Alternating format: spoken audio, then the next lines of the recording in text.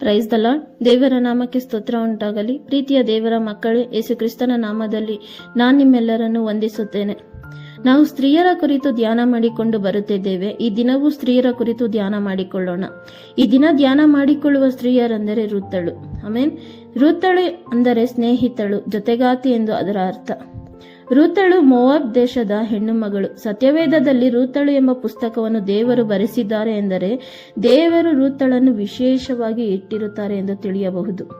ರೂತಳ ಕುರಿತು ನೋಡುವುದಾದರೆ ದೇವರ ಮೇಲೆ ನಂಬಿಕೆಯನ್ನು ಮತ್ತು ತನ್ನ ಸ್ವಭಾವವನ್ನು ಈ ಪುಸ್ತಕದಲ್ಲಿ ನಾವು ನೋಡಬಹುದು. ಪ್ರಿಯರೇ, ರೂತಳು 1ನೇ ಅಧ್ಯಾಯದಲ್ಲಿ 1ನೇ ವಚನಗಳು ಹೀಗೆ ಹೇಳುತ್ತದೆ: ನ್ಯಾಯಸ್ಥಾಪಕರು ಆಳುತ್ತಿದ್ದಾಗ ದೇಶದಲ್ಲಿ ಬರಬಂದದ್ದರಿಂದ ಯೆಹೂದ ಪ್ರಾಂತ್ಯದ ಬೆತ್ಲೆಹೇಮಿನವನೊಬ್ಬನು ತನ್ನ ಹೆಂಡತಿ 2 ಕುಮಾರರು ಇವರ ಸಹಿತವಾಗಿ ಮೋವಾಬ್ ದೇಶದಲ್ಲಿ ವಾಸ ಮಾಡಬೇಕೆಂದು ಹೊರಟು ಹೋದರು. ಹಲ್ಲೆಲೂಯಾ. ಈ ಅಧ್ಯಾಯದಲ್ಲಿ ಒಂದು ಕುಟುಂಬವನ್ನು ನೋಡುತ್ತೇವೆ. ಎಲಿಮೆಲೆಕನು ನವೋಮಿಯು 2 ಮಕ್ಕಳನ್ನು ಕರೆದುಕೊಂಡು ಬೆತ್ಲೆಹೇಮನ್ನು ಬಿಟ್ಟು ಮೋವಾಬ್ ದೇಶಕ್ಕೆ ಹೊರಟು ಹೋದರು. ಯಾಕೆ ಬೆತ್ಲೆಹೇಮನ್ನು ಬಿಟ್ಟು ಮೋವಾಬ್ ದೇಶಕ್ಕೆ ಹೋದರು ಅಂದರೆ, ಬೆತ್ಲೆಹೇಮಿನಲ್ಲಿ ಬರಗಾಲ, ಆಹಾರ ಸಿಗದಿರುವ ಕಾರಣ ಮೋವಾಬ್ ದೇಶದಲ್ಲಿ ಸಮೃದ್ಧಿ ಇದೆ ಎಂದು ತಿಳಿದು ಆ ಕುಟುಂಬ ತಾನು ಇದ್ದ ದೇಶವನ್ನು ಬಿಟ್ಟು ಬೇರೆ ದೇಶಕ್ಕೆ ಹೊರಟು ಹೋದರು. ಆ ದೇಶಕ್ಕೆ ಅವರು ಹೋಗುವಾಗ ಒಳ್ಳೆ ರೀತಿಯಲ್ಲಿ ಜೀವಿಸಬಹುದು, ಸಮೃದ್ಧಿಯಾಗಿ ಇರಬಹುದು ಎಂದು ತಿಳಿದು ಮೋವಾಬ್ ದೇಶಕ್ಕೆ ಹೊರಟು ಹೋದರು. ನಂತರ ಎಲಿಮೆಲೆಕನು ಸತ್ತು ಹೋದನು. ನವೋಮಿ ತನ್ನ 2 ಮಕ್ಕಳಿಗೆ ಆ ಮೋವಾಬ್ ದೇಶದಲ್ಲಿ 2 ಹೆಣ್ಣು ಮಕ್ಕಳನ್ನು ತೆಗೆದುಕೊಂಡು ಬಂದು ಮದುವೆಯನ್ನು ಮಾಡಿದಳು. ಹಲ್ಲೆಲೂಯಾ. ನವೋಮಿಯ ಮಕ್ಕಳು ಸಹ ಮದುವೆ ಆಗಿ 10 ವರ್ಷ ಆದ ನಂತರ 2 ಸತ್ತು ಹೋದರು. ಬೆತ್ಲೆಹೇಮಿನಿಂದ 4 ಜನರು ಬಂದರು, ಆದರೆ ಈಗ ನವೋಮಿ ಒಬ್ಬಳೇ ಉಳಿದುಕೊಂಡಳು. ಮೊದಲು ತನ್ನ ಗಂಡ ಸತ್ತು ಹೋದನು, ಈಗ 2 ಮಕ್ಕಳು ಸಹ ಸತ್ತು ಹೋದರು. ನವೋಮಿ ತನ್ನ ಸೊಸೆಯರೊಡನೆ ಉಳಿದುಕೊಂಡಳು. ಹಲ್ಲೆಲೂಯಾ. 1ನೇ ಅಧ್ಯಾಯದಲ್ಲಿ 6ನೇ ವಚನದಲ್ಲಿ ನೋಡುವುದಾದರೆ, ಯೆಹೋವನು ತನ್ನ ಜನರನ್ನು ಕಟಾಕ್ಷಿಸಿ ಅವರಿಗೆ ಆಹಾರವನ್ನು ಅನುಗ್ರಹಿಸಿದ್ದಾನೆ ಎಂದು ತಿಳಿದು ನವೋಮಿ ತನ್ನ ಸೊಸೆಯರನ್ನು ಕರೆದುಕೊಂಡು ಬೆತ್ಲೆಹೇಮಿಗೆ ಹೊರಟಳು. ಹೋಗುವ ದಾರಿಯಲ್ಲಿ ನವೋಮಿ ಸೊಸೆಯರಿಗೆ, ನೀವು ನಿಮ್ಮ ತವರು ಮನೆಗೆ ಹೋಗಿ ಬೇರೆ ಮದುವೆ ಮಾಡಿಕೊಳ್ಳಿರಿ ಎಂದು ಹೇಳಿದಳು. ಸೊಸೆಯರು ತಾವು ಹೋಗುವುದಿಲ್ಲ ಎಂದು ಹೇಳಿದಾಗ ನವೋಮಿ ಮತ್ತೆ ಹೇಳಿದಳು, ನನ್ನ ಮಕ್ಕಳೇ, ನಾನು ಎಲ್ಲಾ ಕಳೆದುಕೊಂಡೆ. ದೇವರ ಹಸ್ತ ನನಗೆ ವಿರೋಧವಾಗಿದೆ. ನಿಮಗೋಸ್ಕರ ಬಹು ದುಃಖ ಪಡುತ್ತೇನೆ ಎಂದು ಹೇಳಿದಳು.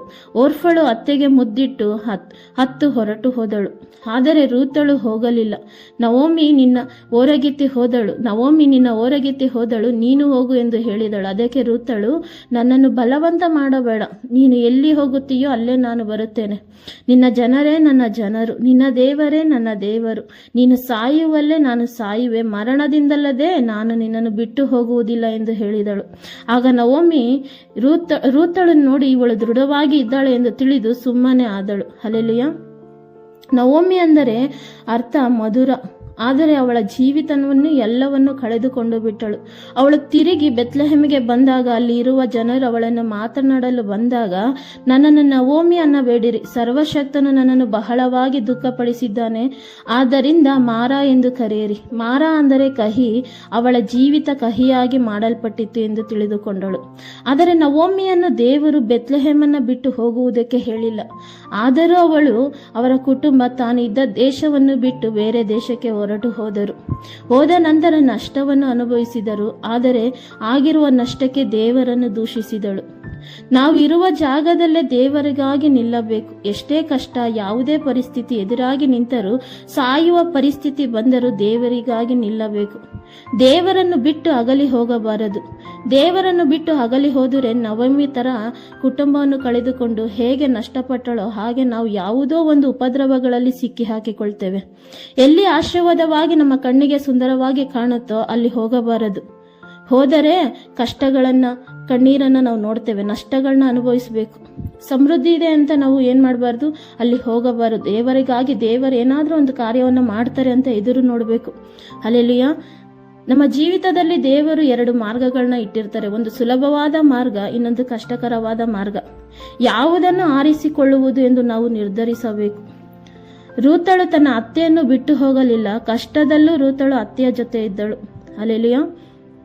ಅವಳ ಜೀವಿತನು ನೋಡುವುದಾದರೆ ಗಂಡ ಇಲ್ಲ, ಮಕ್ಕಳು ಇಲ್ಲ.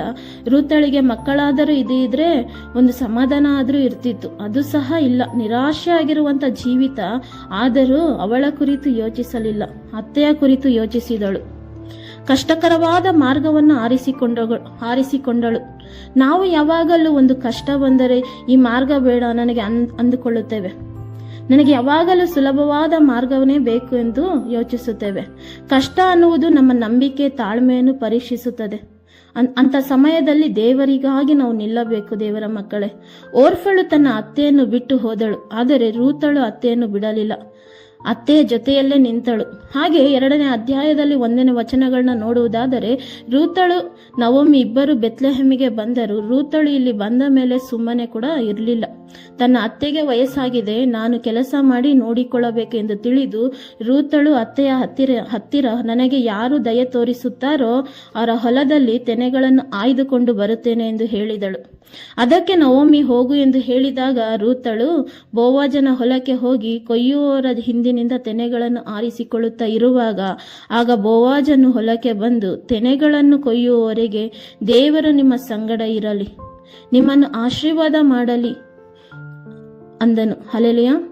ನಂತರ ಬೋವಜನು ರೂತಳನ್ನು ನೋಡಿ ತನ್ನ ಸೇವಕರಿಗೆ ಯಾರು ಈ ಹುಡುಗಿ ಎಂದು ಕೇಳಲು, ನವೋಮಿಯು ಸಂಗಡ ಬಂದ ಸ್ತ್ರೀ ಎಂದು ಹೇಳಿದನು. ಮತ್ತು ಬೆಳಗ್ಗೆ ಬಂದವಳು ಇನ್ನೂ ಇಲ್ಲೇ ಕೆಲಸ ಮಾಡುತ್ತಾ ಇದ್ದಾಳೆ ಎಂದು ಸೇವಕರು ಹೇಳಿದಾಗ, ರೂತಳಿಗೆ ಬೋವಜನು, ನನ್ನ ಮಗಳೇ, ನೀನು ಬೇರೆಯವರ ಹೊಲಕ್ಕೆ ಹೋಗದೆ ನನ್ನ ಹೆಣ್ಣಾಳುಗಳ ಜೊತೆಯಲ್ಲೇ ಇರು. ಅವರು ಎಲ್ಲಿ ಯಾವ ಹೊಲಕ್ಕೆ ಹೋಗುತ್ತಾರೋ ಅಲ್ಲೇ ಹೋಗು ಎಂದು ಅಪ್ಪಣೆ ಕೊಟ್ಟನು. ಹಲ್ಲೆಲೂಯ.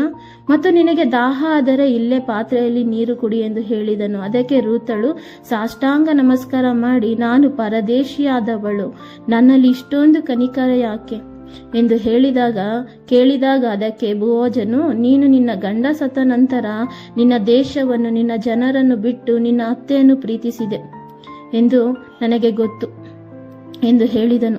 ಹೇಳಿದ ಮೇಲೆ, ನೀನು ಮಾಡಿದ ಉಪಕಾರಕ್ಕೆ ದೇವರು ನಿನಗೆ ಉಪಕಾರವನ್ನು ಮಾಡುತ್ತಾರೆ.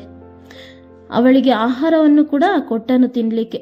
ಆಹಾರವನ್ನು ತಿಂದು ತೃಪ್ತಿ ಹೊಂದಿಕೊಂಡಳು ಮತ್ತು ಇನ್ನೂ ಉಳಿಸಿಕೊಂಡಳು. ರೂತಳು ಸಾಯಂಕಾಲದ ನಂತರ ಮನೆಗೆ ಹೋದಳು. ನಡೆದ ಎಲ್ಲಾ ವಿಷಯಗಳನ್ನು, ಬೋವಜನ ನಡೆದುಕೊಂಡ ರೀತಿಯನ್ನು, ಮಾಡಿದಂಥ ಸಹಾಯವನ್ನು ಎಲ್ಲವನ್ನು ನವೋಮಿಗೆ ಬಂದು ಹೇಳಿದಳು. ಅದಕ್ಕೆ ನವೋಮಿ ಬೋವಜನನು ನಮ್ಮ ಸಮೀಪದ ಬಂಧುಗಳಲ್ಲಿ ಒಬ್ಬನು, ನೀನು ಅವನ ಹೊಲದಲ್ಲೇ ಇರು, ಎಲ್ಲೂ ಹೋಗಬೇಡ ಎಂದು ಹೇಳಿದಾಗ ರೂತಳು ಸಹ ಅತ್ತೆಯ ಮಾತಿಗೆ ಒಪ್ಪಿ ಸುಗ್ಗಿಯು ಮುಗಿಯುವವರೆಗೂ ಅಲ್ಲೇ ಇದ್ದಳು. ಹಲ್ಲೆಲೂಯ. ರೂತಳು ನಡೆದುಕೊಂಡ ರೀತಿ, ದೇವರಿಗಾಗಿ ಇಟ್ಟಂತ ಒಂದು ಹೆಜ್ಜೆ, ಅವಳ ನಂಬಿಕೆ, ದೇವರ ಭಕ್ತಿ, ಇದೆಲ್ಲ ದೇವರು ಲೆಕ್ಕಕ್ಕೆ ತೆಗೆದುಕೊಂಡು ಬೋವಜನನ್ನು ಮದುವೆ ಆಗುವಂತೆ ಕೃಪೆಯನ್ನು ದಯಪಾಲಿಸಿದರು. ದೇವರ ಮಕ್ಕಳೇ, ರೂತಳು ಅಂದರೆ ಸ್ನೇಹಿತಳು, ಜೊತೆಗಾತಿ ಎಂದು ನಾನು ಮೊದಲೇ ಹೇಳಿದೆ. ಹಾಗೆ ತನ್ನ ಅತ್ತೆಯ ಜೊತೆಯಲ್ಲೇ ಇದ್ದಳು. ಅತ್ತೆಯನ್ನು ಕಡೆಯವರೆಗೂ ಬಿಡಲಿಲ್ಲ. ಅವಳು ಮಾಡಿದ ಉಪಕಾರಕ್ಕೆ ದೇವರು ತಕ್ಕ ಫಲವನ್ನು ಅವಳ ಜೀವಿತದಲ್ಲಿ ಮಾಡಿದರು. ಗತಿಹೀನಳಾಗಿ ರೂತಳು ಕಾಣಿಸಿಕೊಂಡಳು. ಅವಳ ಜೀವಿತ ಆರಂಭ ಅಲ್ಪವಾಗಿ ಕಾಣಿಸಿತು, ಆದರೆ ರೂತಳ ಅಂತ್ಯಸ್ಥಿತಿ ಸಂಪೂರ್ಣವಾಗಿ ಮಾರಲ್ಪಟ್ಟಿತು. ರೂತಳು ಅವಳಿಗಾಗಿ ಯೋಚಿಸಲಿಲ್ಲ, ತನ್ನ ಅತ್ತೆಗಾಗಿ ಯೋಚಿಸಿದಳು.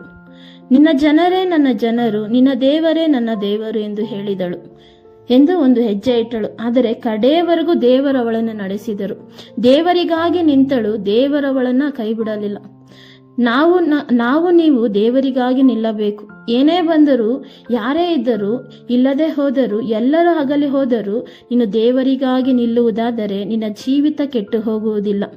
ನಿನ್ನ ಜೀವಿತ ಅಲ್ಪವಾಗಿರಬಹುದು ಇವಾಗ, ಆದರೆ ನೀನು ಯಾವಾಗ ದೇವರಿಗಾಗಿ ನಿಲ್ಲುತ್ತೀಯೋ ನಿನ್ನ ಅಂತ್ಯವು ಸಮೃದ್ಧಿಯಾಗಿರುತ್ತದೆ. ಯೋಚಿಸಬೇಡ, ಭಯಪಡಬೇಡ. ರೂತಳು ತನ್ನ ಅತ್ತೆಗಾಗಿ, ದೇವರಿಗಾಗಿ ನಿಂತಳು. ಅವಳ ಜೀವಿತವನ್ನು ದೇವರು ಪೂರ್ಣ ಆಶೀರ್ವಾದವಾಗಿ ಇಟ್ಟರು. ನೀನು ನಿನ್ನ ದೇವರಿಗಾಗಿ, ನಿನ್ನ ಕುಟುಂಬಕ್ಕಾಗಿ ದೇವರನ್ನು ಪ್ರಾರ್ಥಿಸಿದರೆ ಖಂಡಿತ ದೇವರು ನಿನ್ನನ್ನು ಸಂಪೂರ್ಣ ಆಶೀರ್ವಾದವಾಗಿ ಇಡುತ್ತಾರೆ. ದೇವರಿಗಾಗಿ ಒಂದು ಹೆಜ್ಜೆ ಇಡು, ದೇವರು ನಿನ್ನನ್ನು ಕಡೆಯವರೆಗೂ ಕೈ ಬಿಡೋದಿಲ್ಲ, ನಿನ್ನನ್ನು ನಡೆಸುತ್ತಾರೆ. ಆಮೇನ್. ಸರಿ, ನಾವು ಪ್ರಾರ್ಥನೆ ಮಾಡ್ಕೊಳ್ಳೋಣ. ಕರ್ತನೆ, ನಿಮಗೆ ಸ್ತೋತ್ರ ಮಾಡ್ತೇವೆ ರಾಜ. ದೇವರಾತ್ಮನೇ, ಈ ದಿನಕ್ಕಾಗಿ ನಿಮಗೆ ಸ್ತೋತ್ರ ಮಾಡ್ತೇನೆ. ಈ ಒಳ್ಳೆ ಒಂದು ಸಮಯಕ್ಕಾಗಿ ನಿಮಗೆ ಸ್ತೋತ್ರ ಮಾಡ್ತೇವೆ ರಾಜ. ಋತುಗಳಿಗಾಗಿ ರೂತಳ ಕುರಿತು ನಾವು ಧ್ಯಾನ ಮಾಡಿಕೊಂಡೇವೆ ರಾಜ. ರೂತಳ ಹಾಗೆ ಕರ್ತನೆ, ನಮ್ಮ ಜೀವಿತದಲ್ಲಿ ಎಂಥ ಪರಿಸ್ಥಿತಿ ಬಂದರೂ ಕರ್ತನೆ ಅಪ್ಪ, ಇಟ್ಟಂತ ಹೆಜ್ಜೆ ಹಿಂದೆ ತೆಗೆಯದಂತೆ ಕರ್ತನೆ ಅವಳು ಅತ್ತೆಗಾಗಿ ನಿಂತ್ಕೊಂಡ್ಲು ಸ್ವಾಮಿ. ದೇವರ ಭಯದಲ್ಲಿ, ದೇವರ ಭಕ್ತಿಯಲ್ಲಿ ನಿಂತುಕೊಂಡ್ಲು ಕರ್ತನೆ. ಅದೇ ರೀತಿ ಕರ್ತನೆ, ನಾವು ಯಾವ ಪರಿಸ್ಥಿತಿಯಲ್ಲೂ ಕರ್ತನೆ ನಿನ್ನನ್ನು ಅಪ್ಪ ನಿನ್ನಿಂದ ದೂರ ಹೋಗದಂತೆ ಕರ್ತನೆ, ನಿನಗಾಗಿ ನಿಲ್ಲುವಂತೆ ನೀವು ನಮಗೆ ಸಹಾಯ ಮಾಡ್ರಿ ಸ್ವಾಮಿ. ಯೇಸುವಿನ ನಾಮದಲ್ಲಿ ಕರ್ತನೆ, ಆಮೆನ್.